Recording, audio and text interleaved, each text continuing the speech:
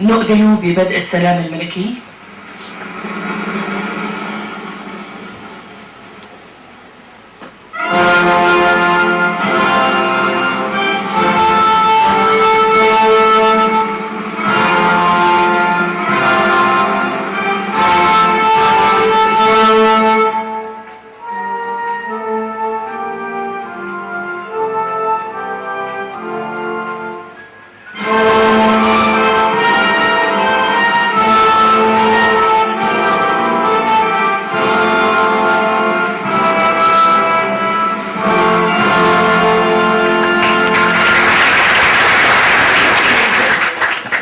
نرحب بصاحب السمو الملكي الأمير الحسن بن طلال المعظم، ونرحب بالسادة الحضور. وخير ما نستهل به هذا الحفل اليوم آي عطر من الذكر الحكيم.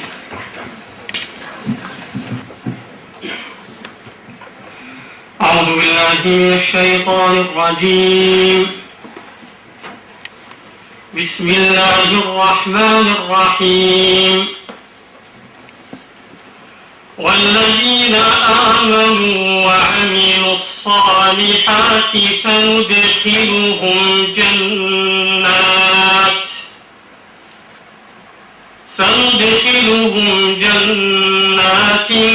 تجري من تحتها الأنهار خالدين فيها أبدا، لهم فيها أزواج مطهرة وندخلهم ظلا ظليلا. إن الله يأمركم أن تؤدوا الأمانات إلى أهلها وإذا حكمتم بين الناس أن تحكموا بالعدل. إن الله نعما يعظكم به، إن الله كان سميعا بصيرا. يا أيها الذين آمنوا أطيعوا الله وأطيعوا الرسول وأولي الأمر منكم، فإن تنازعتم في شيء فردوه إلى الله والرسول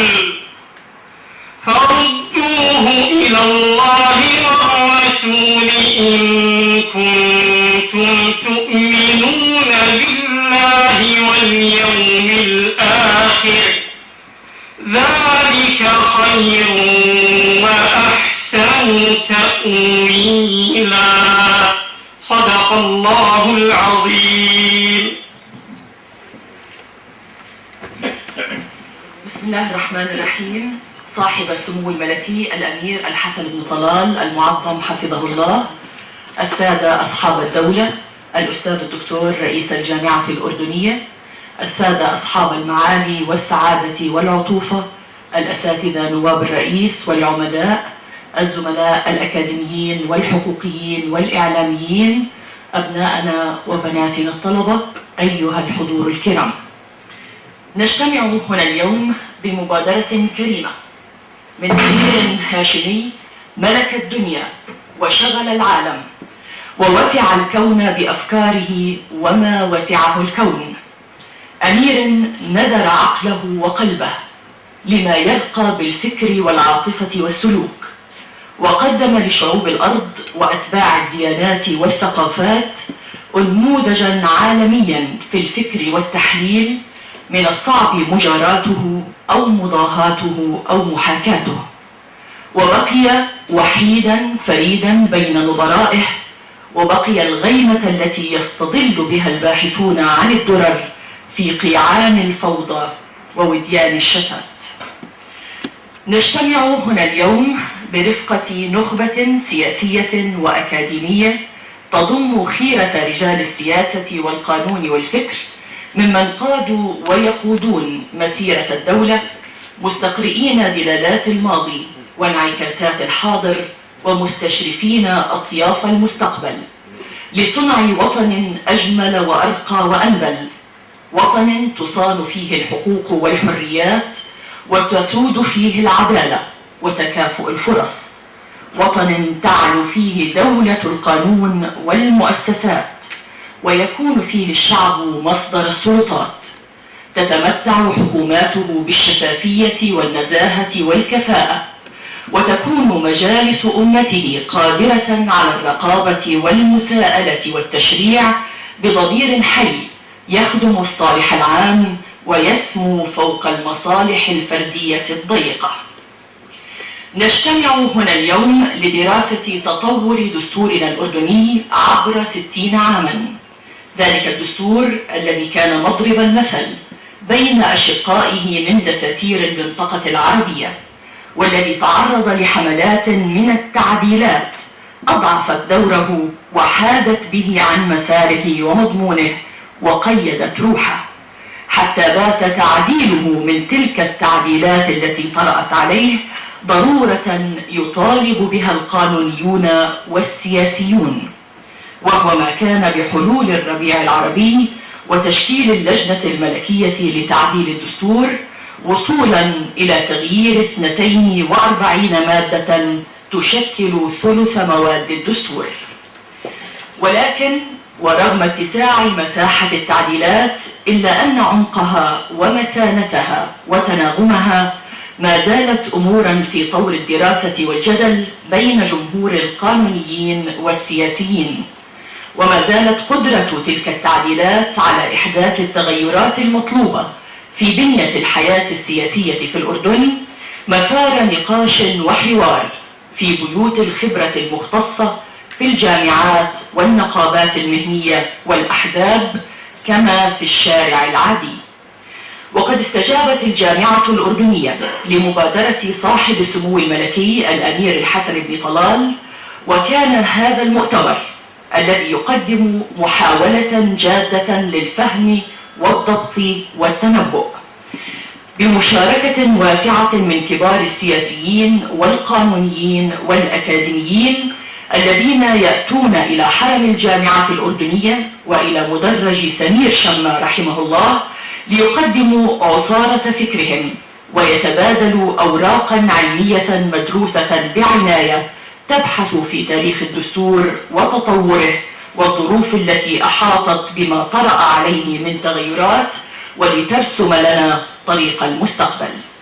فأهلا بضيوف الجامعة الكرام تحفهم مشاعر المحبة والامتنان وتلفهم أمنيات التوفيق في مهمتهم من أجل الأوطان. والآن يسرنا أن نرحب برئيس اللجنة التحضيرية للمؤتمر عميد كلية الدراسات العليا الأستاذ الدكتور محمد المصالحة بإلقاء كلمته، فليتفضل.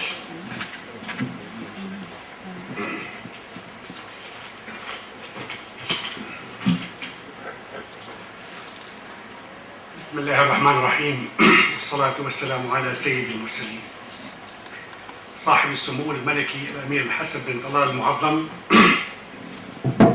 أصحاب الدولة الأستاذ الدكتور خليفة الطراونة رئيس الجامعة، أصحاب المعالي والعطوفة والسعادة، الأساتذة نواب الرئيس، الأخوة الزملاء، أبناء الطلبة، أيها الحضور الكريم. هذه الكلمة نيابة عن كلية الدراسات الدولية وكلية الحقوق في الجامعة الأردنية والمعهد الملكي للدراسات الدينية.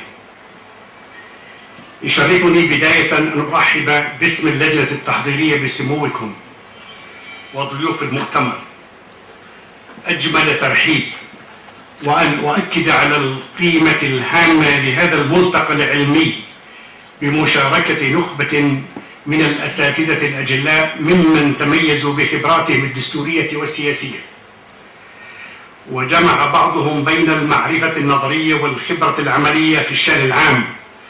وأتوجه إلى صاحب السمو الأمير الحسن المعظم على رعايته وعنايته لانعقاد المؤتمر في موعده، وجهدي الأستاذ رئيس الجامعة الذي أيضا أعطى كل اهتمام لأن ينعقد هذا المؤتمر في هذا الوقت. كما أتوجه بالشكر أيضا إلى زملائي في كلية الحقوق عميدا وأساتذة، وإلى الأستاذ الدكتور كامل أبو جابر الذي ساهم معنا، وإخوة أعزاء منهم من هو هنا ومنهم من غادر في اللجنة التحضيرية لانعقاد هذا المؤتمر. صاحب السمو، السادة الضيوف والحضور الكريم، يمثل الدستور في أي نظام سياسي القواعد الأسمى التي تحدد شكل النظام وبناء مؤسساته وتبيان وظائفها وعلاقة الدولة بالمواطن وبالعكس، وإن ضمان وجود الدستور واحترامه والالتزام بما يوفر سيادة القانون وقيم العدالة والمساواة وتكافؤ الفرص إنما هو الذي يكفل الاستقرار السياسي والاجتماعي ويحفظ للدولة بقائها. ولهذا تميزت التجربة الأردنية الممتدة على مدى 60 عاما منذ إصدار الدستور عام 2050 والحقبة التي سبقتها بوجود النظم الدستوري للدولة الأردنية، وما كان من اختلال بين حين وآخر لا يعود حدوثه إلى علة في النص بقدر ما يتعلق بالممارسة والسلوك في التطبيق. إن هذا المؤتمر الذي يمثل احتفالية علمية وطنية بدستور 52 وتعديلاته وما اشتمل عليه قبل 60 عاما من معايير رفيعة في مجال إدارة الحكم وتنظيم شؤون الدولة حكما وشعبا ووطنا، لهو خير تكريس وأروع تعبير لاحترام الشعب الأردني وقيادته السياسية للناموس الدستوري الأردني وسموه على ما سواه، مع الإدراك الواعي بالحاجة إلى المراجعة والتطوير بهدف الاستجابة لنمو الدولة ومتطلبات الحداثة وعملية الديمقراطية السياسية وتعزيز مبدأ الفصل بين السلطات. ولهذا جاءت التعديلات الدستورية وبتوجيه من جلالة الملك عبد الله الثاني طفرة كبيرة في التطور الدستوري الأردني لتجعل من نظامنا السياسي نظاما ديناميكيا يسعى إلى تشكيل الحكومات البرلمانية كما هو موجود في الدول المتقدمة في هذا المضمار، بعد أن تم إقرار قانون المحكمة الدستورية ومجموعة من قوانين الإصلاح السياسي التي تمهد الطريق إلى مرحلة جديدة في نظامنا السياسي. صاحب السمو الملكي الأمير الحسن المعظم، الحضور الكريم، إننا لنسعد في الجامعة الأردنية بأن نسهم بتواضع مع شريكنا المعهد الملكي للدراسات وكلية الحقوق في الاحتفال بمرور 60 عاما على دستورنا العتيد، كما نؤكد اعتزازنا على مقدرة هذه المملكة الدستورية أن تجري تعديلات على العديد من مواده وأحكامه دون ثورة أو عنف بهذا الأردنية بهذا التغيير الهادي من غيرها من دول المنطقة التي طبعت التحولات الديمقراطية فيها بالدم والعنف والأحزان، وتجعل الأردن بيت خبرة للأشقاء العرب يستلهمون منها الحكمة والاعتدال والوسطية في حواراتهم السياسية لبناء ديمقراطيتهم الحديثة. يقول ابن خلدون في مقدمته: إن البشر لا يمكن حياتهم ووجودهم إلا باجتماعهم وتعاونهم على تحصيل قوتهم وضرورياتهم، وإذا اجتمعوا دعت الضرورة إلى المعاملة وقضاء الحاجات ومد كل واحد منهم يده إلى حاجته يأخذها صاحبه، لما في الطبيعة البشرية من الظلم والعدوان بعضهم على بعض ويمانعه الآخر، فيقع التنازع المفضي إلى المقاتلة. إذا استحال بقاء الناس فوضى دون حكم يزع بعضهم بعضا، واحتاجوا إلى وازع هو الحاكم عليهم القاهر المميز لإدارة شؤونهم. وفي هذا القول ما يفسر حاجة الدولة إلى من يضبط شؤونها بالقانون وينظم حياة الناس وأمور المجتمع وشؤون الدولة، وهو في أيامنا هذا ما يشير إلى أن نظام الحكم الذي يتدبر حوائج الناس ويفصل بينهم عدلا على أساس القانون أو الدستور كما يطلق عليه عصر الحاضر هو الأكثر استقرارا. وإني لأرجو أن يوفر هذا المؤتمر مراجعة ناقدة ومقيمة للتجربة الأردنية الدستورية ما لها وما عليها، وكيف ننهض بها في قادم الأيام لنحمي بلدنا واستقرارها ومكانتها الإقليمية والدولية. فشعبنا يستحق أن ينعم بالاستقرار من جهة وأن يحظى من جهة ثانية بديمقراطية متميزة تضمن للناس الحق والعدل والمساواة ونظافة المسؤول والمشاركة في الشأن العام. أتقدم مرة أخرى بالشكر أجزله إلى كل من ساهم في إعداد هذا المؤتمر، رئيس الجامعة الأستاذ الدكتور خليفة الطراونة على دعمه الكريم ورعايته الحثيثة لترتيبات الانعقاد، وإلى أصحاب الدولة والمعالي والعطوف الذين شرفونا بمساهمته في أعمال المؤتمر ورئاسة جلساته، وإلى كل الزملاء الباحثين معدين الأوراق العلمية والزملاء في اللجنة التحضيرية، داعين للجميع بالتوفيق والنجاح وتحقيق المقصد العلمي النبيل من ورائه، آملين أن يتواصل انعقاد مثل هذه المؤتمرات حول البناء الدستور الأردني بصورة دائمة من قبل مؤسساتنا ومعاهدنا العلمية والبحثية. والسلام عليكم ورحمة الله وبركاته.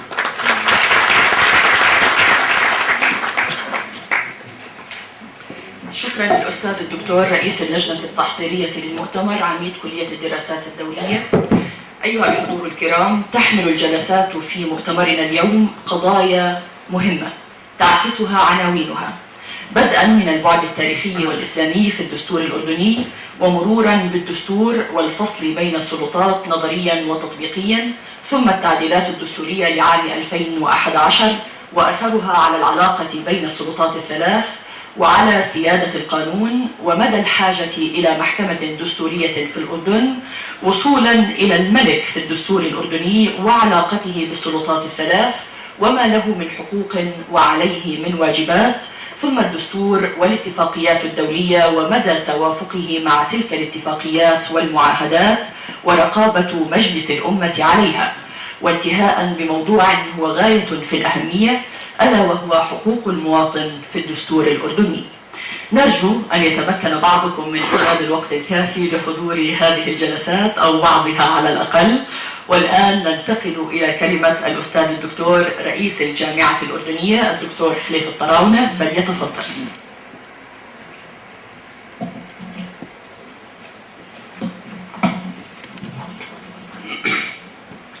بسم الله الرحمن الرحيم.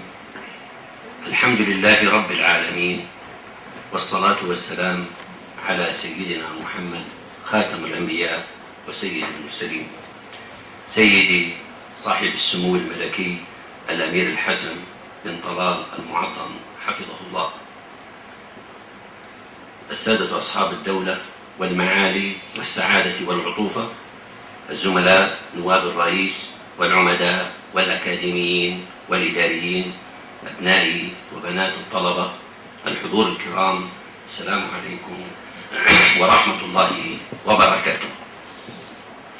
نجتمع هنا اليوم لمناقشة قضية على درجة عظمى من الأهمية بالنسبة لمستقبل وطننا الحبيب، نقاشا علميا متبصرا بعيدا عن الشعارات الرنانة والخطابات المسيسة، نقاشا يهدف إلى تحقيق الفهم العميق تمهيدا للانتقال إلى التطبيق المستنير والتغيير المدفوع برغبة تحقيق المنفعة الحقيقية لوطننا وشعبنا واستشفاف المصلحة العليا آنيا ومستقبليا، وليس ذلك الذي يصب في صالح فئات أو أفراد.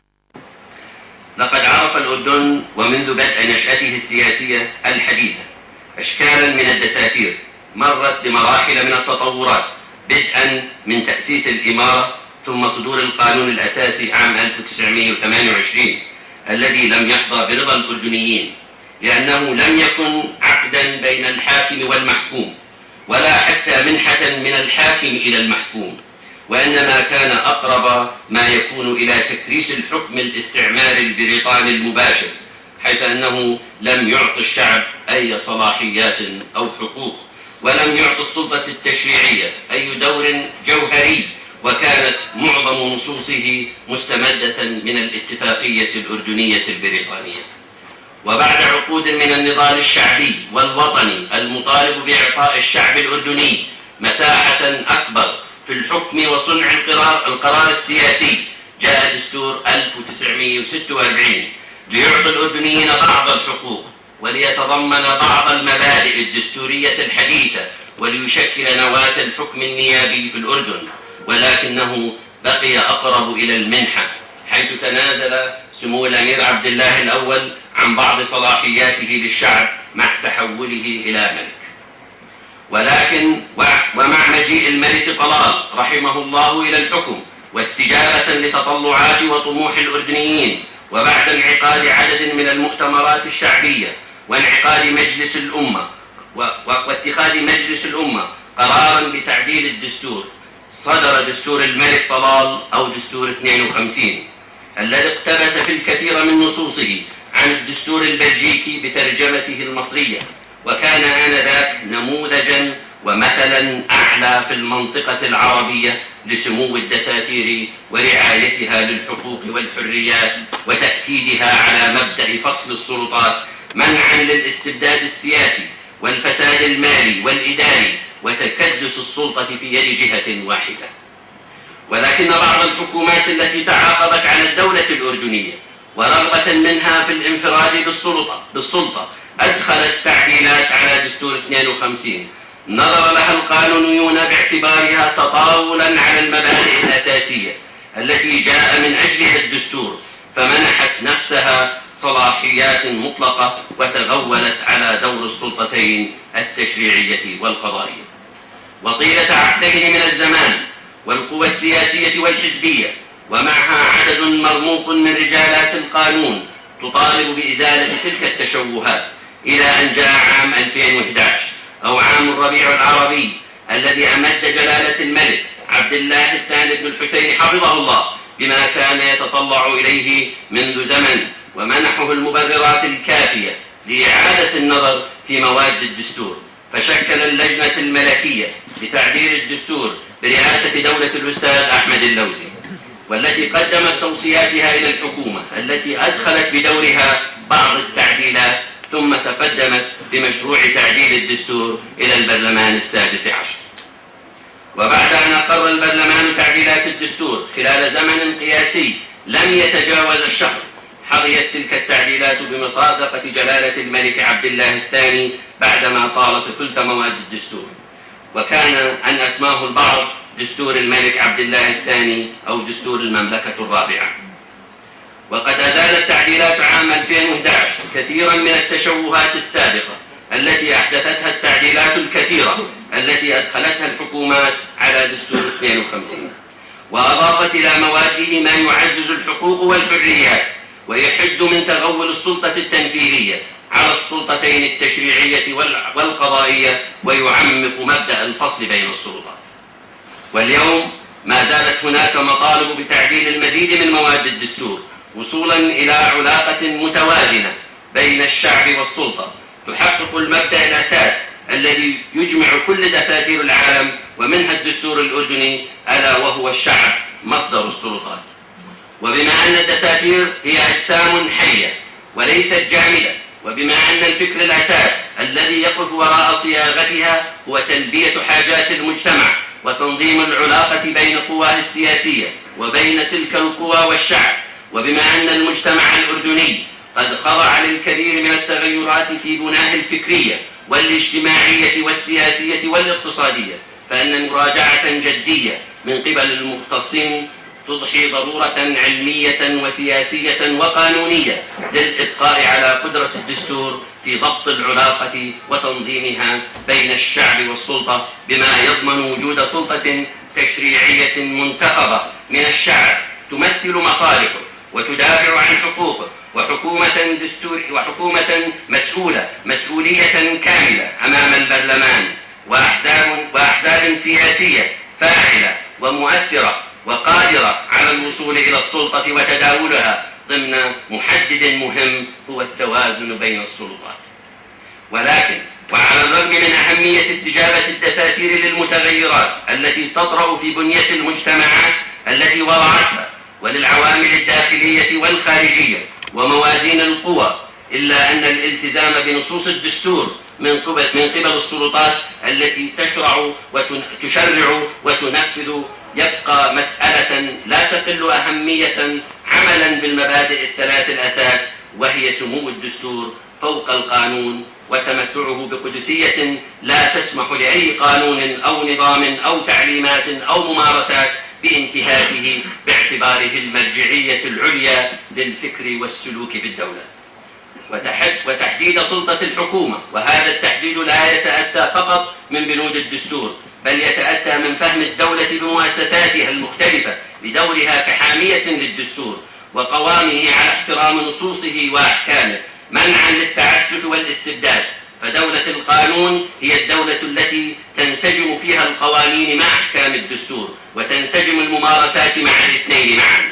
ومن هنا يمكن فهم الخلل الذي طرأ على المسيرة الديمقراطية للبلاد، فالمشكلة لم تكن غالبا في نصوص الدستور بقدر ما كانت في القوانين التي تصدر متعدية على الدستور نصا وروحا، والتطبيق على الأرض الذي كان يفتقر إلى احترام القوانين واحترام الدستور. إن تطوير الدستور هو عملية حية متصلة تقوم بها الأمم الحية لتطوير منهج الحكم وتحسين آلياته وإعادة توصيف العلاقة بين الحاكم والمحكوم، وفي ضوء المستجدات الداخلية والخارجية، وهو ما يسمح لتلك الأمم الحية بالاستقرار والحكم الفعال، ويمنح نظم الحكم الشرعية، ويوفر الشفافية وإمكانيات المحاسبة، ويحمي الحقوق الأساسية للمواطنين، وينظم حدود الحريات، وهو ما يقود بدوره إلى صناعة التنمية في كل الميادين. فالأمم المستقرة هي أمم قادرة على النمو والعطاء والإبداع، ولأن الدستور هو والد القوانين وحاضنتها الرئيسة، فإن تطوير القوانين والتشريعات بما ينسجم مع روح الدستور ونصوصه يضحي ضرورة ملحة لا تقل أهمية عن تطوير الدستور. فالدستور لوحده ليس إلا إطارا تملأه القوانين، وهو وحده غير قادر على تحقيق الإصلاح المطلوب. ولذلك فإن مراجعة جادة وشاملة لكل القوانين المتعلقة بالحريات وممارسة الشعب سلطاته عبر مجلس الأمة ليس ترفا فكريا أو رفاهية، وإنما هو حتمية من حتميات النمو والتطور، وعامل من عوامل الأمن والاستقرار في مسيرة وطننا الأردني الحبيب. وأخيرا فإننا نشكر لصاحب السمو الأمير المحبوب الحسن بن طلال حفظه الله ورعاه هذه المبادرة الكريمة لرعاية مؤتمر الدستور في 60 عاما، والتي تأتي ضمن سلسلة من مبادرات كريمة مشابهة قادها سموه طيلة العقود الماضية سعيا وراء الأفضل لأبناء الأردن وأبناء الوطن العربي والأمة الإسلامية والإنسانية جمعاء.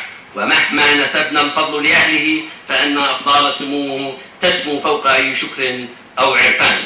ولا يفوتني أن أشكر أيضا معالي الأستاذ الدكتور كامل أبو جابر رئيس المعهد الملكي للدراسات الدينية واللجنة التحضيرية للمؤتمر برئيس عميد كلية الدراسات الدولية، وبمشاركة فاعلة من عميد كلية الحقوق وباقي الأعضاء المميزين على كل الجهود المخلصة التي بذلوها لإنجاح هذا المؤتمر، وهو ما عهدناه فيهم طيلة سنين من العطاء والإنجاز. وكما أشكر كل من ساهم ويساهم في إنجاح أعمال هذا المؤتمر الهام الذي يأتي في توقيت له دلالاته من سياسيين وأكاديميين وحقوقيين وإعلاميين يحملون الوطن في عيونهم وأفئدتهم ويستشرفون المستقبل بعقول مفتوحة وآفاق رحبة. وفقنا الله جميعا لما فيه خير الوطن والمواطنين في ظل سيدي صاحب الجلالة الملك عبد الله الثاني بن الحسين حفظه الله ورعاه وأدام عزه. والسلام عليكم ورحمة الله وبركاته.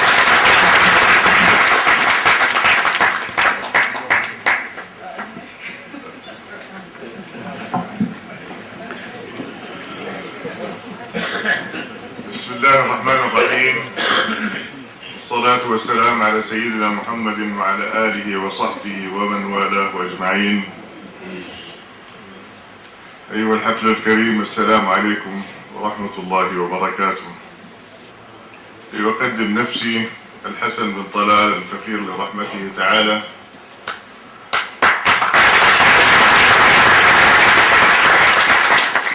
قد تشرفت برئاسة منتدى للفكر العربي منذ 1980 تحديدا، ووجدت من المناسب أن أجري سلسلة من الدراسات للحالة العربية خلال الأعوام الماضية، وفهرس مكتبة المنتدى يشهد لذلك. ومن بين هذه الدراسات استرعى انتباهي مرور 60 عام على دستور والدي الطلال، وهذا الكلام يعود إلى أكثر من 3 أعوام، أي قبل التغييرات الأخيرة في العالم العربي، فهي ليست متزامنة، لأنني لا أدعي لنفسي تلك البصيرة التي أتوقع من خلالها الهزات والتغييرات، ولكنها تزامنت اليوم مع الحاجة الملحة مع الأعياد الوطنية وعيد الاستقلال. وبذلك أهنئ من القلب بمناسبة مرور 60 عام على صدور الدستور الأردني، أهنئكم جميعا، ويسعدني أن أعبر من خلالكم عن صادق تمنياتي لصاحب الجلالة الملك عبد الله ابن الحسين المعظم حفظه الله ورعاه. وبذلك أيضا أو من نفس روح التهنئة أهنئ الحكومة والشعب الأردني الكريم بكل ما تحمل معاني التهنئة من رجاءات للتقدم وآمال الازدهار. واسمحوا لي أن أبدأ حديثي من خلال مدخل عام يتناول أمرين ضروريين لا بد من إمعان النظر فيهما قبل الخوض في أي موضوعات أخرى. الأولى، في أي سياق يتعين وضع الحديث عن الدستور الأردني اليوم؟ الثانية، يتعلق بطبيعة النموذج المعرفي والمنظور الكلي الذي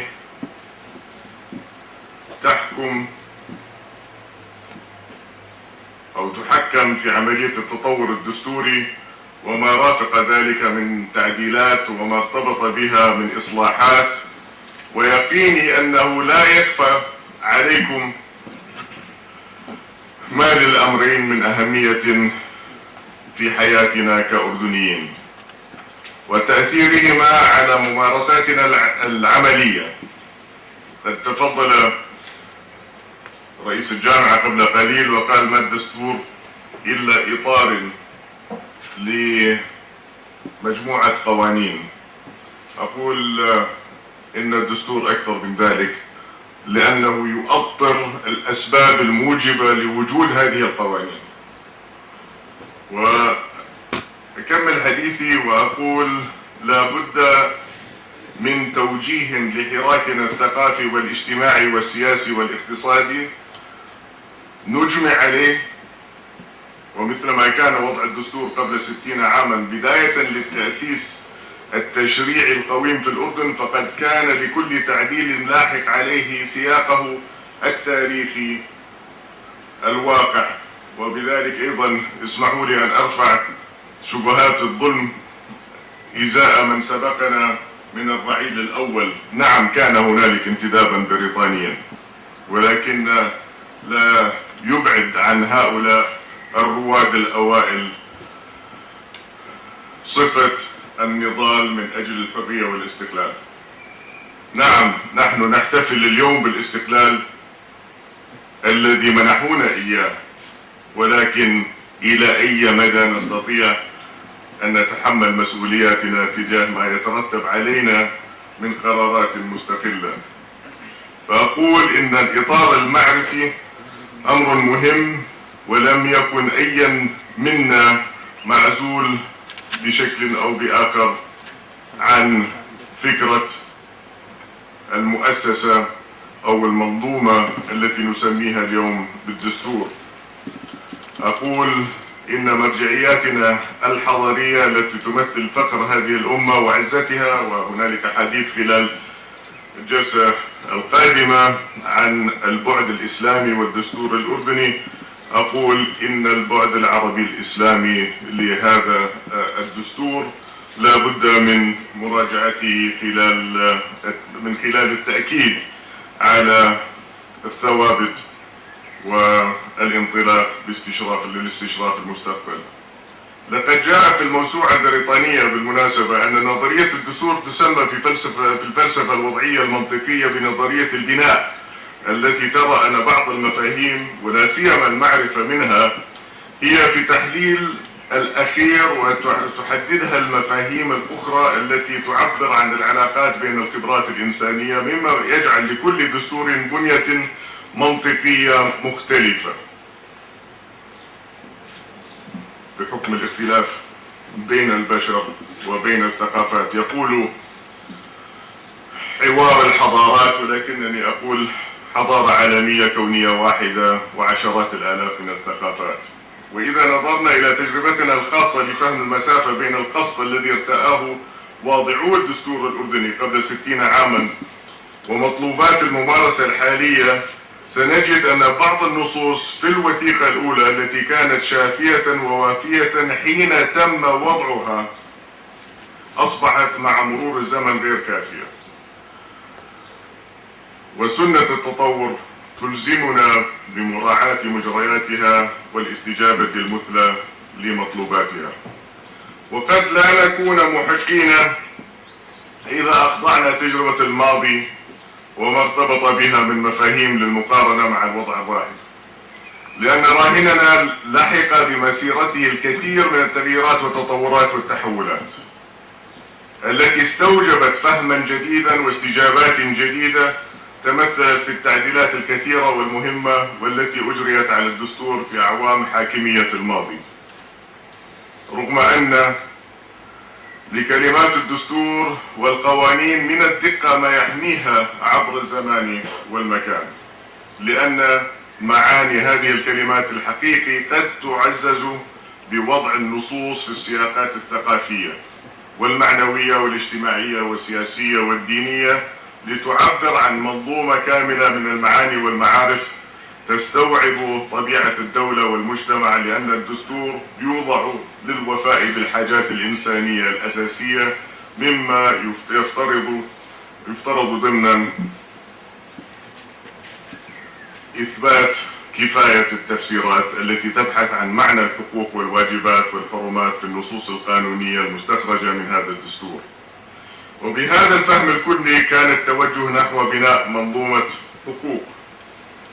منظومة حقوقية متكاملة عندما شرعت المملكة الأردنية في وضع دستورها في عهد الملك طلال، مسلحة بمنظور معرفي وبرؤية مستقبلية تستند على المبادئ العامة لهذا الدستور. لذا بعد صدور دستور عام 52 احتملت تلك الرؤية تعديلات النصوص والمواد ووصلت إلى 10 خلال الفترة 54 ل 84 بمرونة تنفي عنه شبهة الجمود، لا تنزع للإفراط ولا تقبل التفريط، ولكنها تستجيب لكل دواعي التطور التشريعي وتستوعب ما يستجد على لائحة الحقوق الإنسانية ويفي بأغراضها من نظام نزاهة وطني وضمانات نظام شفافية وطنية تعزيزا لمسيرة الإصلاح المتأملة لمصلحة الإنسان الأردني. وأقول في هذا الباب لنقارب ما بين هذه المفردات الشفافية والنزاهة والمحاسبة والمساءلة في إطار رؤية دستورية متكاملة، منظومة دستورية متكاملة. وسأعود لهذه النقطة. الإخوة والأخوات، إن مسيرة التطور التاريخي للدستور الأردني وما أجري عليه من تعديلات تنبئنا بأن الأسباب الموجبة لهذه التعديلات قد تراوحت بين الداخلية منها التي تمثلت في تعزيز مفهوم الديمقراطية النيابية وتكريس مبدأ الفصل بين السلطات، وأسباب سياسية خارجية ارتبط معظمها بظروف الاحتلال الإسرائيلي للأراضي المحتلة الضفة الغربية التي توحدت مع المملكة الأردنية الهاشمية منذ عام 51 حتى عام 88، والاتحاد الهاشمي بين الأردن والعراق عام 58. وللتدليل على عمق الروابط التي كانت بين الأردن وجواره العربي وخاصة الشقيقة فلسطين إلى الحد الذي كان يؤثر على التشريعات الداخلية للمملكة، نجتزئ هذه الفقرة المعبرة من كلمة الملك المؤسس عبد الله بن الحسين الموجزة في حفل افتتاح الدورة الأولى لمجلسه التشريعي الرابع عام 37. أقول الموجزة لأن كان الجد المؤسس لا يتكلم في بداية حفل افتتاح المجلس التشريعي إلا بفقرة أو فقرتين على الأكثر. وهكذا كانت كلماته دائما. يقول جلاله: ولما كانت الروابط القومية والدينية وصلات الجوار والمصلحة المشتركة بيننا وبين فلسطين العزيزة جمة وطيدة، فإنه لا يسعنا إلا أن نأسى لما هو حاصل فيها من قلق، وأن نتمنى الخير العميم لها، ولقد قمنا يشهد الله نحوها بالواجب المفروض، وما زلنا على تلك الخطة المثلى خدمة خالصة من غير تبجح أو إعلان عن النفس، ولقد بلغنا ذلك كله وفي حينه إلى أبناء البررة في فلسطين المقدسة، والله نسأل أن يكتب لنا ولها ولكافة البلاد العربية كل السلام وسداد وتوفيق. كل سلام وسداد وتوفيق. هذا كلام 1937.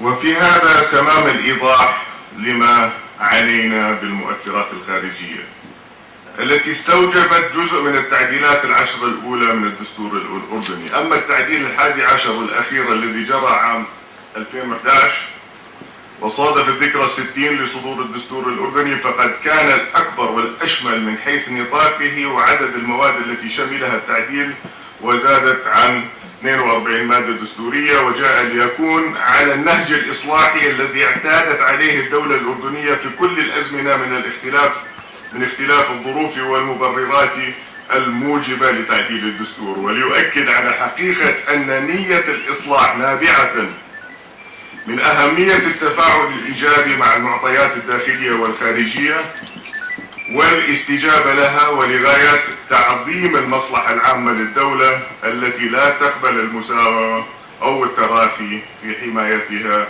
والدفاع عنها. إن الذي لا ريب فيه أن هذه التعديلات ال11 وطبيعتها تعطي مؤشرا سياسيا، مما هو أن الدستور الأردني هو وثيقة حقوقية حية تعكس نبض المجتمع وتستشعر همومه وأحلامه،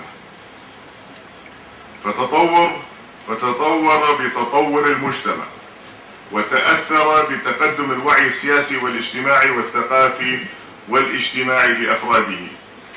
ولا يخفى عليكم أن الشعب الأردني يتسم بوعي يجعله لا يقبل بالجمود في التشريع ولا يرضى به في الحياة السياسية، بل هو تواق لمواكبة التطورات الداخلية منها والخارجية، ويسعى إلى التعاطي معها والاستفادة منها بما يخدم مصلحة البلاد والعباد. ولا نستثني من ذلك مبررات التعديلات الدستورية لعام 2011 وطبيعتها، إذ لا يخفى على أحد أن الإصلاح السياسي الذي انتهجته الدولة الأردنية كان استجابة وطنية واعية لتنامي مطلب الشعب الأردني بمزيد من الديمقراطية والحقوق والحريات الأساسية، ورغبته في تثبيت ضمانات الحياة الكريمة للأجيال القادمة. لهذا كانت ثورة الإصلاح في الأردن بيضاء، بمعنى أن الإصلاح السياسي ومثل ما كان هو ديدن الدولة منذ أول عهدها، فقد استشعر ضرورة المضي في المزيد منه مبكرا، وبدأت بتطبيقه من قمة الهرم القانوني تحديدا دستور عام 1952. فكانت المبادرة الملكية بتشكيل لجنة لتعديل الدستور الأردني برئاسة دولة السيد أحمد اللوزي، التي قامت بجهد وعمل مضنيين حتى تمكنت من تقديم مجموعة من التوصيات لتعديل نصوص معينة بحذف بعضها وإضافة مواد جديدة وتعديل القائم منها. وقد أرسلت اللجنة الملكية الموقرة مقترحاتها إلى الحكومة، أرسلتها ودعت بذلك إلى مارست بذلك ولاياتها العامة من خلال تقديم هذه التوصيات في مشروع قانون لتعديل الدستور إلى مجلس الأمة وفق أحكام الدستور. فكانت عملية إقرار التعديلات الدستورية والتصديق عليها من قبل جلالة الملك عبد الله الثاني ابن الحسين حفظه الله ورعاه في الأول من تشرين الأول لعام 2011. أما عن الغاية من التعديلات الدستورية لعام 2011 وطبيعتها، فقد تمركزت حول ترسيخ التوازن بين السلطات والارتقاء بالأداء السياسي والحزبي والنيابي، وصولا إلى صيغة دستورية تمكن مجلس الأمة من القيام بدوره التشريعي والرقابي بكفاءة واستقلالية، بالإضافة إلى تكريس سلطة القضاء حكما مستقلا بين مختلف السلطات والهيئات والأطراف. لقد جاءت هذه التعديلات الدستورية لإعادة التوازن المفقود في العلاقة بين السلطتين التشريعية والتنفيذية، وذلك من خلال القضاء على مظاهر هيمنة السلطة التنفيذية على السلطة التشريعية. فتم تعديل المادة 94 من الدستور المتعلقة بالقوانين المؤقتة وتحديد حالة الضرورة على سبيل الحصر، كما تم فرض مناط دستورية جديدة على حق السلطة التنفيذية في حل البرلمان، تتمثل في ضرورة استقالة الحكومة التي تنسب بحل البرلمان خلال أسبوع من تاريخ الحل.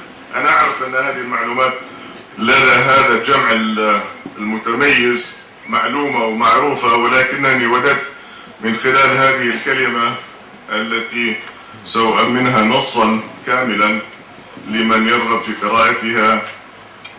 لا بد حقيقة من التذكير في أن الفترة القليلة الماضية لم تكن خالية من الإصلاح، وأن نية الإصلاح بنيت على النية العامة للناس، كل الناس في الشارع العربي.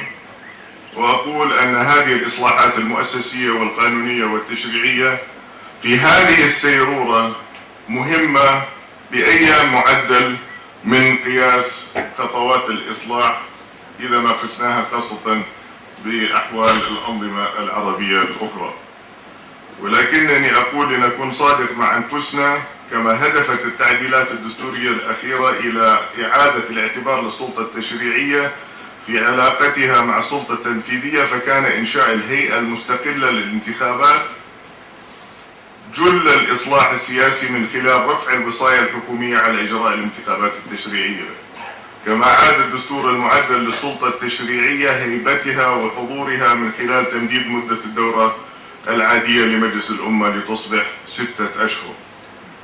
فهنالك مقايضات سياسية حية ماثلة أمامنا.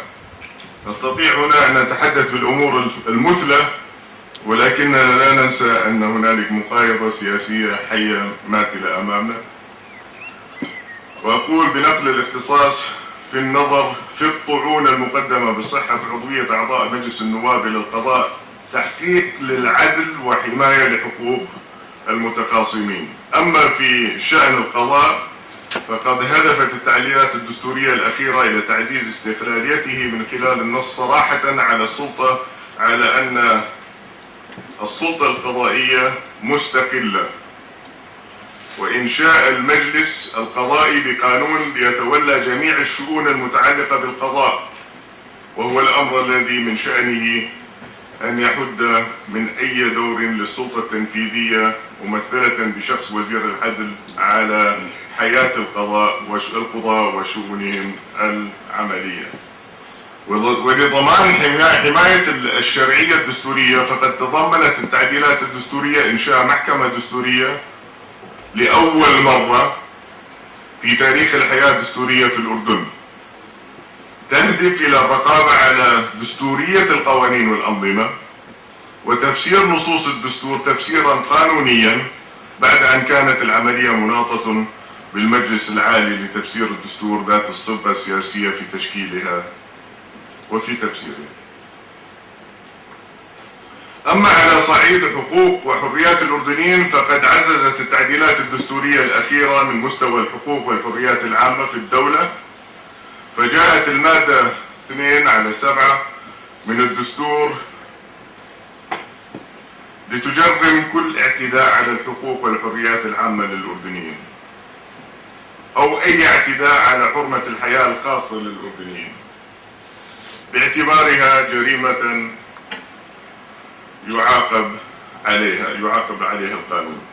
كما أضافت التعديلات الدستورية الأخيرة سلسلة من الحقوق والحريات العامة الجديدة كالحق في عدم التعرض للتعذيب، والحق في حرية البحث العلمي والإبداع الفني والثقافي والرياضي.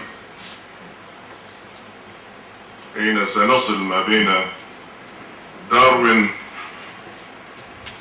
وخصومه في العالم؟ يبدو أن هذه من القضايا التي تواجهها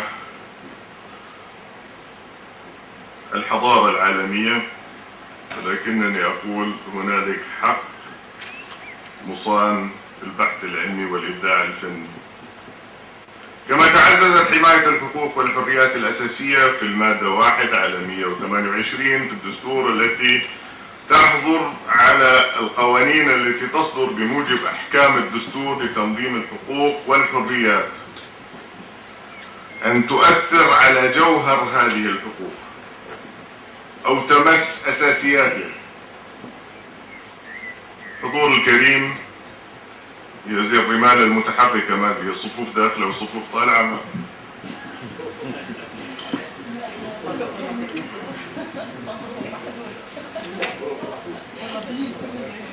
بعد ما صبروا على المتكلمين الثلاث قبلي ما انصفوني حقيقة، ولكن سأطالب في حقوق الإنسان فيما بعد. إن الإصلاح عملية مستمرة ودائمة رغم ما يعترض هذه العملية أحيانا من صعوبات وتحديات، ولكننا مطمئنون أنه بإقرار التعديلات الدستورية لعام 2011 يكون الأردن قد قطع شوطا كبيرا في عملية الإصلاح السياسي والدستوري، وهي عملية يجب أن تبقى مستمرة كي تأتي التعديلات الدستورية الأخيرة بثمارها ويتلمس الفرد نتائجها على أرض الواقع. النصوص الدستورية المعدلة سواء بإضافة أحكام جديدة أو تعديل القائم منها يفترض أن يتم استحضار مضمونها في نصوص قانونية وفي تشريعات وأنظمة حسب الأصول حتى لا يبقى الإصلاح شكليا ونظريا ولا يحقق الفائدة المرجوة منه. وقد حددت المادة 2/128 من الدستور الأردني فترة زمنية لتعديل التشريعات بما يتوافق مع النصوص الدستورية الجديدة خلال مدة أقصاها 3 سنوات من تاريخ نفاذ التعديلات الدستورية. أقول مرة ثانية إن التنسيب للتعديل والتعديل بحد ذاته ليس حدثا ولكنه بداية سيرورة، ونرى أنه خلال السنة الأولى من عمر التعديلات أنجزت الحكومة بالشراكة مع مجلس الأمة قانون الهيئة المستقلة للانتخابات، الذي أنا شخصيا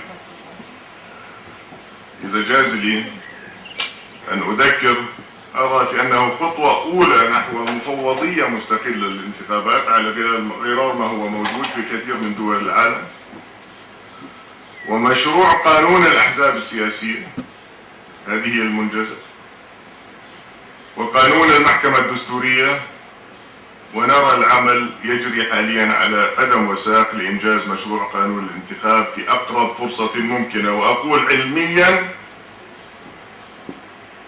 لا نستطيع أن نتحدث عن قانون متكامل للانتخاب دون ما قاعدة معرفية إحصائية للسكان بالمملكة الأردنية الهاشمية. ونحن ننتظر عام 2014 نعيش نشوف وننتظر ونتوقع هذه البداية للتفعيل العلمي لصفات هذا المجتمع بكافة.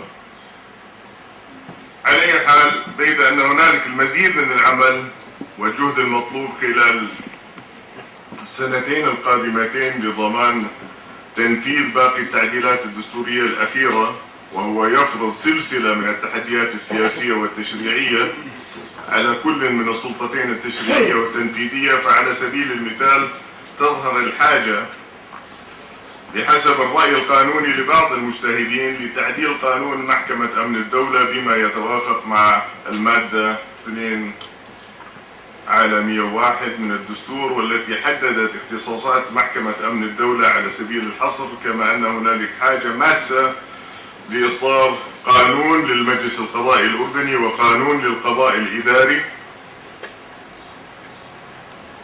بعد أن عدلت المادة 100 من الدستور واستبدلت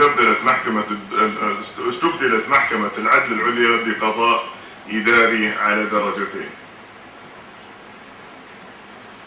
ومن التحديات الإصلاحية الأخرى تقديم الدعم الكامل للهيئة المستقلة للانتخابات لتمكينها من القيام بدورها في الإشراف على الانتخابات التشريعية وإدارتها في جميع مراحلها، لا بل وجوب ضمان استقلاليتها وحريتها الكاملة، كما هو الحال في التجارب العالمية التي أشرت إليها بتحويلها ربما في المستقبل إلى مفوضية دائمة للانتخابات، لأن العملية التوعوية أكانت بالانتخاب أكانت بالوعي الديمقراطي لابد من أن تتصف بصفة الديمومة. الانتخابات ليس حدث متباعد، ولكنه جزء أساسي من تقرير المصير القانوني. ومتابعة تأسيس المحكمة الدستورية ورفضها بالكفاءات والخبرات القانونية لتمكينها من القيام بمهامها الدستورية على أكمل وجه، ومنها إقرار قانون الأحزاب السياسية وتشجيع الأردنيين على الانضمام للأحزاب السياسية. وأذكر هنا بأن السياسة هي ليست بوليتكس فقط، التمتمة السياسية في المجالس، ولكن بوليسيز البرامج متوسطة وبعيدة المدى. وأعتقد أن الاستمرارية في هذه الأيام أمر في غاية الأهمية، ولذا السياسات الإنتاجية، التحول إلى قاعدة إنتاجية تتطلب سياسات نلتزمها كدولة. أما إجراء الانتخابات البرلمانية على أساس حزبي مما يمهد الطريق أمام تطبيق مفهوم الحكومة البرلمانية التي تقوم على أساس تداول السلطة بين الأحزاب السياسية، بحيث يقترح الناخب على أساس البرنامج السياسي للحزب الذي يتعهد بتطبيقه على أرض الواقع عند وصوله للسلطة. هذه من التجارب الدولية، ولا يستطيع الإنسان أن يحدد بزمن معين بداية هذا الفجر الجديد. وقل اعمل. ونعلم أنه إذا تمكنا من ترسيخ الحياة الحزبية في الأردن وتعديل بعض آليات عملها ومشاركتها، سنتمكن عندها من الانتقال لمراحل متقدمة في الديمقراطية الأردنية، وهو ما يتطلب أيضا تعديل بعض القوانين واللوائح وإبقائها تحت مراجعة دائمة لنصوصها وأحكامها بما يخدم العملية الإصلاحية. إخوة والأخوات، إن عملية الإصلاح والتعديلات المستمرة على الدستور، أنا لست هنا لمن يصدر الأحكام. كنت تحدثت عن أن جدي رحمه الله كان يوجز في جلسات الافتتاح، ولكنني أتيت باحثا مجتهدا لمدة أعوام، ولذلك أستميحكم عذرا، خذوني بحلمكم إذا أطلت، لأن التحليل لابد منه، خاصة وأن هذه الكلمة ربما تؤثر إيجابا إن شاء الله على بعض المساءلة التي قد تقدم بدرجات أقل من العنف عندما نصل إلى دور المتكلمين. أنا مش شايف الدكتور محمد الحموري بيننا، ولكن هو المتكلم الأول، فإن أتى فهو ليس متأثرا بكلامي، وإن لم يأتي فكان الله بالعون. إن عملية الإصلاح والتعديلات المستمرة على الدستور التي انتهجتها الدولة الأردنية منذ استقلالها وحتى سلسلة التعديلات الأخيرة على الدستور لعام 2011 كان فيها حرص دائم على الحفاظ على الثوابت الراسخة في الحياة الأردنية، والمتمثلة في مجموعة القيم والمبادئ الثابتة المستوحاة في تجربتنا منذ النهضة العربية الكبرى، والمتجذرة في دساتير سوريا والعراق والأردن. تقول الهاشمين انظروا التجربة الهاشمية في سوريا الفيصلية وفي العراق الفيصلي أيضا. تقول طلاب قانون ودستور لابد لغايات المقارنة أن ننظر في هذه التجربة الهاشمية، التجارب التي أصبحت جزء لا يتجزأ من هويتنا وقوميتنا الإسلامية والعربية. الشعب الأردني كان ولا يزال جزء لا يتجزأ من الأمة العربية، ونظام الحكم كان ويجب أن يبقى نيابيا ملكيا هاشميا يجمع بين الأصالة والمعاصرة، كونه نظاما قد أثبت قدرته في احتضان الإصلاح السياسي وضمان فعاليته واستمراريته. ومن المبادئ الثابتة في الحياة الدستورية الأردنية التي يجب عدم المساس بها، لا بل بتعزيزها وضمان تحقيقها على أوسع الأطر، مبدأ كفالة وضمانة كل الحقوق الدستورية للمواطن الأردني. ويجب العمل على ترسيخ مبدأ العدالة والمساواة أمام القانون، وتحقيق تكافؤ الفرص لجميع الأردنيين في كافة المجالات والميادين. كما يجب ترسيخ مبدأ ممارسة الأمة لسلطاتها على الوجه المبين في الدستور، والإبقاء على دور الدولة ضامنة للحقوق والحريات الأساسية، وأهمها الحرية الشخصية التي يجب أن تبقى مصونة من أي تدخل قمعي وغير شرعي، واحترام كرامة الفرد وآدميته من خلال توفير كافة سبل الحياة الكريمة له، وحقه في العمل والتعليم وممارسة كافة حقوقه السياسية والاقتصادية على قدم المساواة مع الآخرين، وحظر كافة أشكال التمييز. كما يجب التأكيد على احترام دور الأسرة كأساس للمجتمع، يكون قوامها الدين والأخلاق وحب الوطن وحماية الأمومة والطفولة والشيخوخة، وتعزيز دور الدولة في مجال خدمات الرعاية الاجتماعية لكافة الفئات المحتاجة في المجتمع.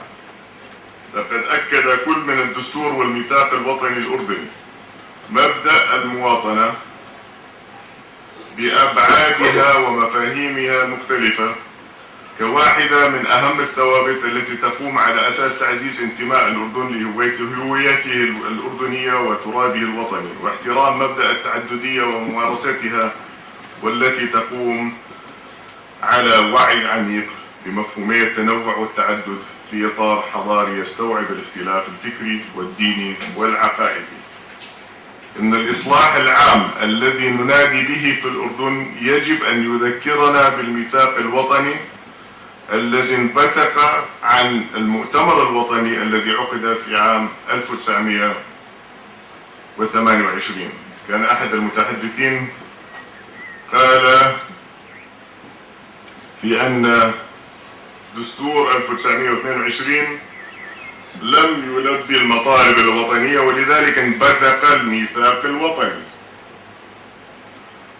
فلا بد من ربط المبتدأ بالخبر في أن هذا الشعب وهذا الوطن وهذا الشعب العربي بكافة لن ولم يقبل الظلم والإجحاف. عندما يقولون لي هل أنت متفائل؟ أقول نعم، ما دام هنالك دما عربيا ساريا فينا أكان داخل المعمورة أو خارج الوطن، مع احترامي للشركس طبعا، أو دما شركسيا ساريا فينا، دما عربيا إسلاميا لن نضام. أقول هذه الثورة المعرفية التي تمثل شبابنا في هذه المرحلة في عطائهم وعنفوانهم لابد من أن تقنن مؤسسيا لخدمة غايات التغيير ضمن مفاهيم مؤسسية تنافسية قادرة على إبقاء هذه السيرورة والتي تضمن إعادة صياغة العقد الاجتماعي. كان أحد المتحدثين قال أن الدستور 28 ليس تعاقدا اجتماعيا، ولكنني أقول كيف نضمن إعادة التعاقد الاجتماعي الذي أبرم بين الحاكم والشعب ضمن هذه الحضارة الكونية، والأردن جزء منها، والذي تجلت أبهى صورها من خلال إصدار الدستور الأردني لعام 52.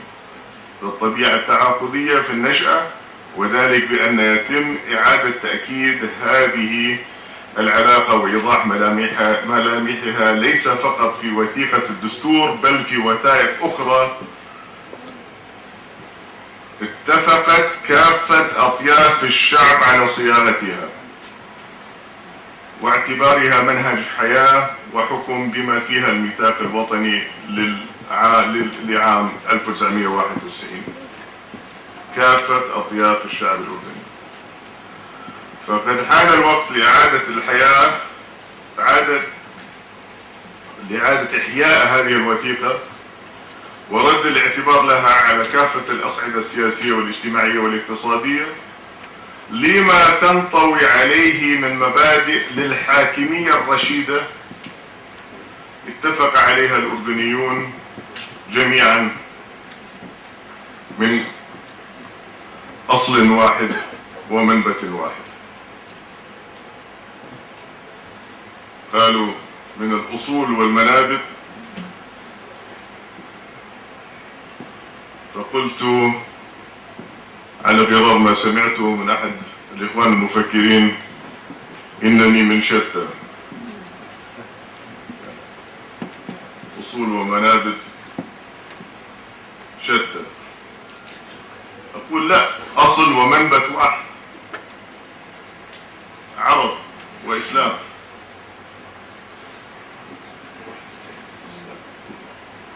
العالم يحترق من حولنا ونحن نختلف على هذا. ولأننا في الأردن نستشعر دائما حميمية العلاقة والرابطة بأمتنا العربية، فقد جعلتنا ثورات الربيع العربي الحديثة، أو جعلت البعض منا على الأقل، التي وحدت الشعوب العربية في مطالبها بالحرية والديمقراطية أكثر قربا من الحالة الضميرية التي تعيشها الأمة. فقد تبلورت لدينا قناعة بضرورة توافر الحد الأدنى من مقومات الدولة الديمقراطية، وبأن زمن هضم الحقوق وقمع الحريات قد ولى إلى غير رجعة. لذا رأينا أن هناك حاجة ماسة لمأسسة هذه المبادئ الإنسانية الجديدة التي أفرزتها الثورات العربية في مشروع ميثاق اجتماعي عربي موحد، أسوة بغيرنا من التجمعات الإقليمية. فالميثاق الاجتماعي العربي الذي بادر به منتدى الفكر العربي ويعمل على استكماله يتمثل في وثيقة تتضمن مبادئ عامة تنظم العلاقة بين الحاكم والمحكوم على أساس الحاكمية الرشيدة التي تتضمن الحقوق والواجبات والحرمات، وتهدف إلى تأسيس مفهوم المواطنة الكاملة التي تقوم على أساس التمتع بالحقوق المتساوية للأفراد والجماعات وحقهم في المشاركة في السلطة واقتسام الثروات والحضور المتكافئة في الحياة العامة. الحضور الكريم، إذا كنا نرغب فعلا في التفكير بجدية في الإصلاح بأبعادها الدستورية والسياسية المختلفة، فهنالك أسئلة أساسية معينة يجب أن نسألها دون تردد أو خشية، وهي على سبيل المثال لا الحصر: هل نحن بحاجة لمعرفة كيف تضع الحكومات لبنات هذا الإصلاح التشريعي؟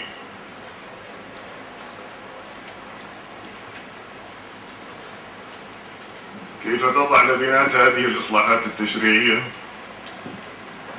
وهل تضعها بالشروط التي يريدها الناس، أو تقوم بوضعها بشروط مختلفة قليلا؟ تقول أزمة الثقة، فلنعزز الثقة.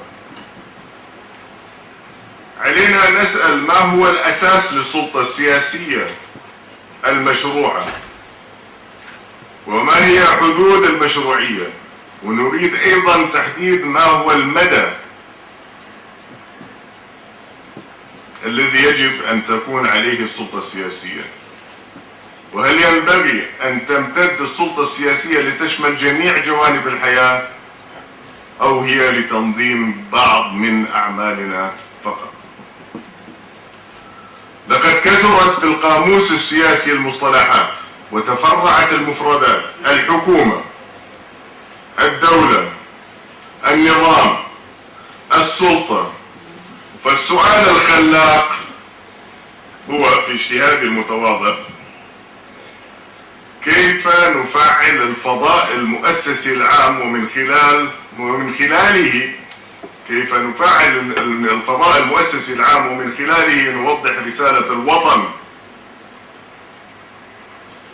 إنماء وانتماء للجميع، وأعني بذلك القيادة المؤسسية السياسية، ثم الاجتماعية والاقتصادية المنتجة، ومن ثم نكمل المثلث بالمجتمع المدني بجامعاته وإعلامه ونقاباته واتحاداته وجمعياته.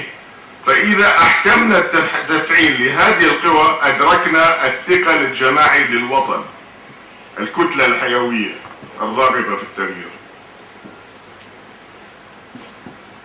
صحيح أن الترتيبات السياسية المنصوص عليها في الدستور بما فيها الدستور الأردني كانت في قدر كبير منها نتيجة للخبرة التاريخية والظروف التي مرت بها كل بلد على حدة، وقد كتب المعنيون بتاريخ التطور الدستوري في العالم الكثير عن هذه التجارب وهذه الظروف، وعقدوا المقارنات بينها ووجدوا أن أثرها صحيح، ولكن الصحيح أيضا أن واضعي الدستور في كل بلد قد اعتمدوا في نقاشاتهم ومداولاتهم على حجج فلسفية متماسكة حول الوسائل والغايات من كتابة دستور وطني. ولهذه الحجج الفلسفية أبعادها الضمنية حينا وأبعادها الواضحة في معظم الأحيان، تسترشد بها المداولات وتبلغ بها الخيارات التي قطعتها الترتيبات السياسية بين الحلول المتنافسة على معالجة المشاكل الملحة والعوادي الطارئة. ومن المهم إذ أردنا أن نفهم الأحداث التي أحاطت باعتماد التصديق على الدستور الأردني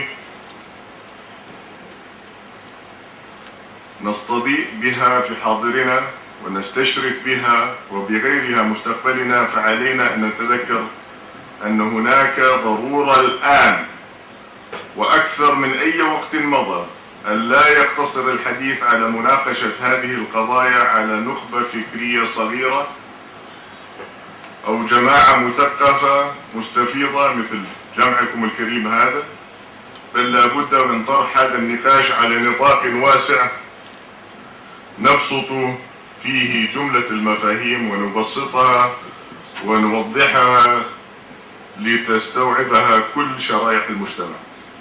وهذه المناقشات ليست بالطبع مقصورة على عرض التطورات الدستورية، ولا ينبغي أن تنحصر في التعريف بنشأة واعتماد التصديق على الدستور، وإنما يضاف إليها كذلك المناقشات التي دارت في مدى العقود الست الماضية لإقرار التعديلات العشر الأولى حتى التعديل الأخير في العام الماضي، لما في ذلك من فائدة مؤكدة للوعي الشعبي العام بالحقوق والواجبات المنصوص عليها في الدستور.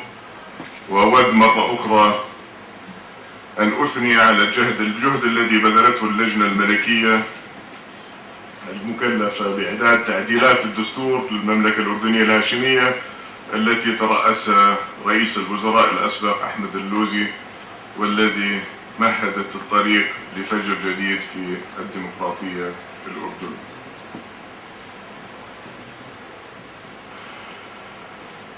ومن المهم جدا في ختام حديثي أن نذكر أنفسنا نحن المجتمعون هنا على وجه التحديد، والإخوة المسؤولين في الوطن والدولة على مختلف حدود سلطتهم ومسؤولياتهم، أننا نحتفل بمناسبة مرور 60 عاما على صدور الدستور الأردني.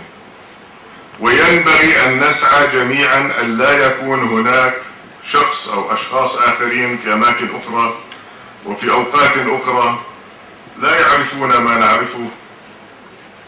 ما نعرف عن الحقوق المكفولة لهم من خلال هذا الدستور، أو يعتقدون خلاف ما نعتقد في حقيتهم في التمتع بكل الحقوق المشرعة بلا تمييز. فالدستور الأردني في أصله وتعديلاته اللاحقة قد وضح للجميع أن الجميع على قدم المساواة، وأن الجميع لديهم حق أصيل في المشاركة والحكم. وفي الختام أجدد لكم وعبركم التحية والتهنئة مرة أخرى، واسمحوا لي أن أتوجه بالشكر للمجموعة المنظمة على جهودهم في التحضير لهذا المؤتمر، وللجامعة الأم الشكر الجزيل على هذه الضيافة الكريمة. الشكر لكم على اختياركم للأوراق التي سيتم تقديمها المصطفى من ضمن أكثر من 60 مشارك وبحث مع اختلاف الآراء، إذ أنني أؤمن أن اختلاف الرأي يثري المسيرة ما دام ذلك الاختلاف يأتي في واقع الصالح العام، فهو يؤكد مبدأ حرية الضمير والوجدان لإعلاء هذا الصالح العام للجميع. وفقكم الله وسدد خطاكم.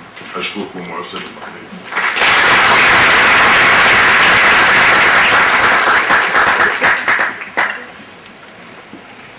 بكلمات صاحب السمو الملكي الشافية الوافية ننهي هذه الجلسة، جلسة الافتتاح، ونذكر بأنه بعد استراحة قصيرة لتناول المرطبات تبدأ فعاليات الجلسة الأولى. شكرا لكم والسلام عليكم ورحمة الله.